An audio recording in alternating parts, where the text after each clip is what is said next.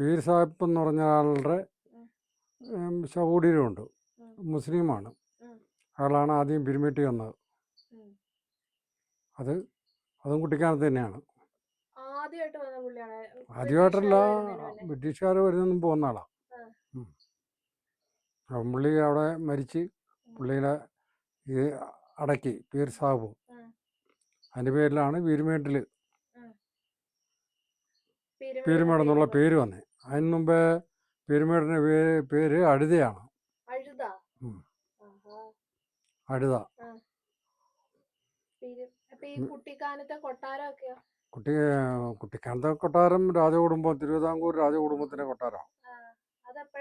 അത് 1800-കളിലാണ് വന്നത്. സേതു പാർവതിബായി ആണ് ആ കൊട്ടാരം പണിയിപ്പിച്ചത്. അത് തിരുവിതാംകൂർ രാജകുടുംബത്തിൻ്റെ വേനൽക്കാല വസതിയായിരുന്നു. ഞങ്ങൾ കോട്ടയംകാർ. കോട്ടയം പുതുപ്പള്ളി. ഞങ്ങൾ വലിയ അപ്പൻ്റെ അപ്പൻ, എൻ്റെ അപ്പൻ്റെ അപ്പൻ ഇവിടെ വന്ന് അവർ തോട്ടത്തിൽ പണിക്ക് വന്ന. തോട്ടങ്ങളിലേ അന്നത്തെ കാലത്ത് തേയിലത്തോട്ടങ്ങളിൽ പണിക്ക് വന്നു. അങ്ങനെ വന്ന് സെറ്റിലായി. ഞങ്ങളിത് ഞങ്ങൾ 4ാം തലമുറയാണ്. 4ആണോ 3ആണോ ഓർക്കുന്നില്ല കൃത്യമായിട്ട്.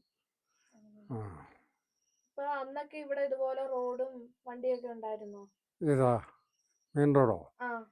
മെയിൻ റോഡ് എന്ന് പറഞ്ഞാൽ പിന്നെ പീരുമേട് ടു മൂന്നാർ, പീരുമേട്, മുണ്ടക്കയം സായിപ്പന്മാർ ബ്രിട്ടീഷുകാർ പണിയിപ്പിച്ച റോഡാണ്. ആ റോഡ് തന്നെ. അങ്ങനെയാണ് അവിടെ നിന്ന് വണ്ടിയായിട്ട്, കാളവണ്ടിയായിട്ട്, അന്ന് കാളവണ്ടിയാളാണ് കൂടുതൽ ഉപയോഗിച്ചിരുന്നത്.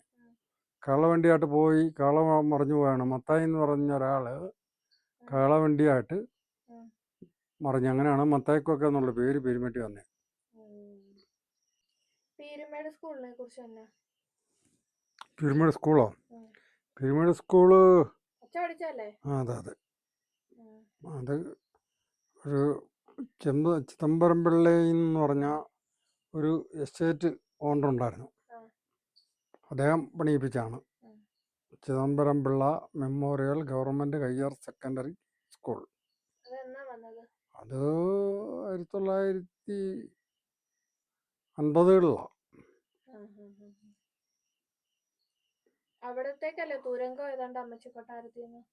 അത് കൃത്യമായിട്ടൊരു തുരങ്കമുണ്ട് സ്കൂളിൻ്റെ പുറകിൽ. അതിലെ കൂടി ഈ അടുത്ത കാലത്തൊന്നും ആരും പോയിട്ടില്ല. ആ തുരങ്കം അടച്ച് സർക്കാർ. അത് 1974 കാലഘട്ടത്തിലാണ് അത് കണ്ടെത്തിയത്. അപ്പം തന്നെ വലിയ താമസമില്ലാതെ അടച്ചത്. അത് അമ്മച്ചി കൊട്ടാരത്തിന് പോവുകയാണോ? ഇല്ല, അതൊരു ശകലം അങ്ങോട്ട് ഒരു 50 മീറ്റർ കയറി കഴിഞ്ഞ് കഴിയുമ്പോൾ അത് രണ്ടായിട്ട് പിരിയുക. അപ്പം ഞങ്ങളൊക്കെ സ്കൂളിൽ പഠിച്ച സമയത്ത് അത് കയറി നോക്കുമായിരുന്നു. പിന്നെ അത് കഴിഞ്ഞ് സർക്കാർ അത് അടച്ച്. അതിൻ്റെ മുകളിൽ കൂടിയാണ് റോഡ് പോകുന്നത്, KK റോഡ്.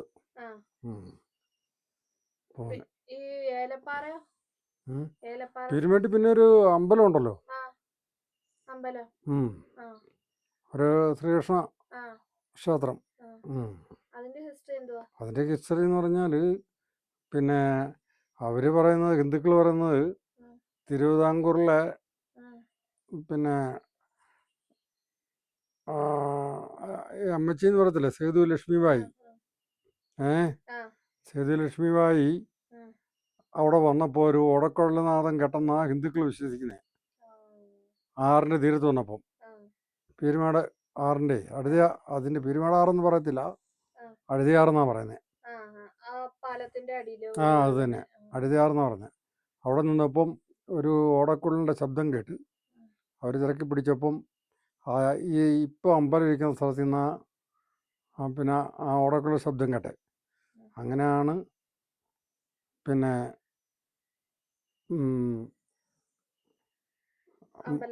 അമ്പലം, ശ്രീകൃഷ്ണ അമ്പലം ഉണ്ടായത്. പിന്നെ പീരുമേട്ടിലൊരു ക്ലബ്ബുണ്ടല്ലോ, സമസ്ത ക്ലബ്ബ്, ശ്രീമൂലം സ്മാരകം. അതും ആ, തിരുവിതാംകൂറിലെ രാജാവായിരുന്ന ശ്രീമൂലൻ രാജാവിൻ്റെ ഓർമ്മയ്ക്കായിട്ട് അദ്ദേഹം പണിയിപ്പിച്ചു കൊടുത്ത അപ്പൊ അത്രയും പഴക്കമുള്ളതാണോ ഇത്? അത്രയും പഴക്കമുള്ള 1800 1700 കാലഘട്ടത്തിൽ. അപ്പൊ ഈ പാഞ്ചാലി മേട് എന്നുള്ളതോ? പാഞ്ചാലിമേട് ഇവിടെ മുറിഞ്ഞപുഴ എന്നാണ് കയറി പോകുന്നത്. കോട്ടയം അത് ശരിക്കും പാഞ്ചാലി അവിടെ വന്നിട്ടുണ്ടെന്ന് എന്നാണ് സങ്കല്പം. ആ, പാണ്ഡവന്മാരും പാഞ്ചാലിയും ആ വഴി പോയെന്നുള്ളതാണ് ആ. അവരുടെ ഒരു സന്ദർഭം, ഒരു വിശ്വാസം. വിശ്വാസം. അതുപോലെ ഈ പരുന്തുംപാറയില് ഹനുമാൻ വന്നിട്ടുണ്ടോ? ആ അത് പല കഥകൾ പറയുന്നുണ്ട്. ഉം. എനിക്കത് കൃത്യമായിട്ട് അതിൻ്റെ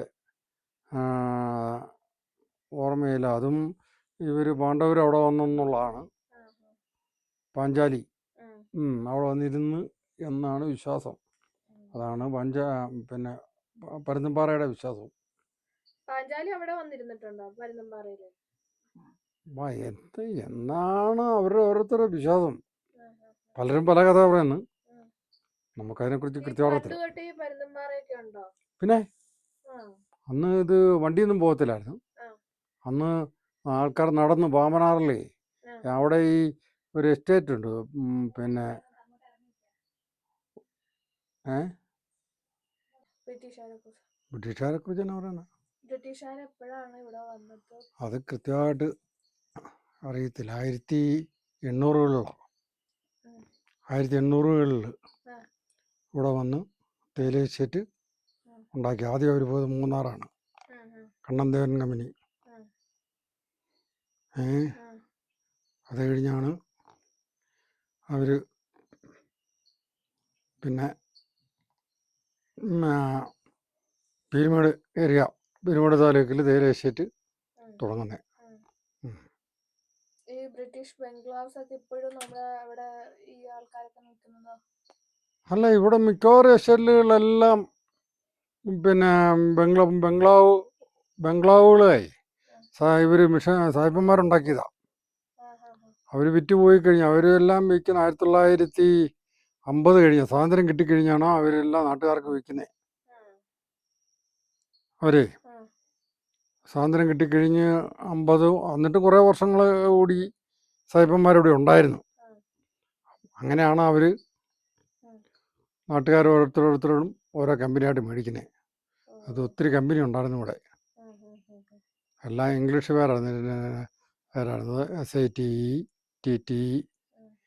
TTE, ട്രാവൻകൂർ ടീ എസ്റ്റേറ്റ്, പിന്നെ southern India tea estate company, ഇങ്ങനെ കുറേ കമ്പനികൾ ഉണ്ടായിരുന്നു. കുറേ നാട്ടുകാരും ഉണ്ടായിരുന്നു. കുറച്ച് നാട്ടുകാർക്ക് കുറേ എസ്റ്റേറ്റുകളും ഉണ്ടായിരുന്നു. ഇപ്പോഴും ഉണ്ട്. നമ്മളിങ്ങോട്ട് സ്ഥലം മേടിച്ച് കയറുന്ന ഏത് വർഷമാണ്? അതും ഓർമ്മയില്ല. എങ്കിൽ പോലും 1900 രാജഭരണകാലത്ത് ആ വല്യപ്പനൊക്കെ ഇവിടെ വരുന്നത്. സ്ഥലം മേടിച്ച് വരുന്നത് ആ സമയത്ത് നമ്മളിവിടെ താമസിക്കുന്നോ? ഇവിടെയാണ്. നമ്മുടെ ഈ സ്ഥലം മേടിക്കുന്ന 1967. 67.